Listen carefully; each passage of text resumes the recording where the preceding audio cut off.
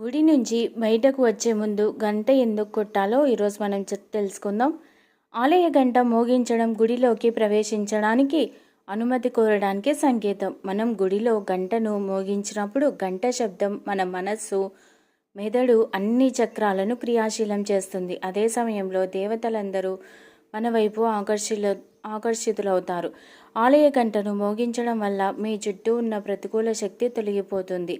మీ చుట్టూ positive energy తరంగాలను పెంచుతుంది.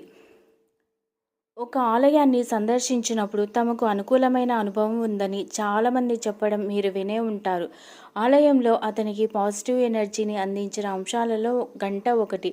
గుడి గంటను మోగించడం ద్వారా భగవంతుడిని మేల్కొల్పవచ్చు. గంట మోగించడం వల్ల దేవతలు సంతోషిస్తారు. ఈ కారణంగా మనం గుడిలోకి ప్రవేశించేటప్పుడు, ఆలయం నుంచి తిరిగి వచ్చేటప్పుడు గంట మోగించాలి.